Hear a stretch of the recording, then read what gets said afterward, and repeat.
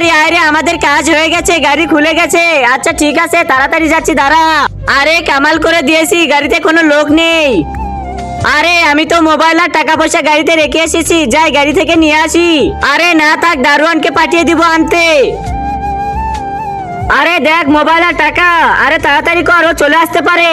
আরে তুই চুপ থাক, এগুলো দিয়ে হবে নাকি? পুরা গাড়িটাই আছে, পুরা গাড়িটাই নিয়ে যাব।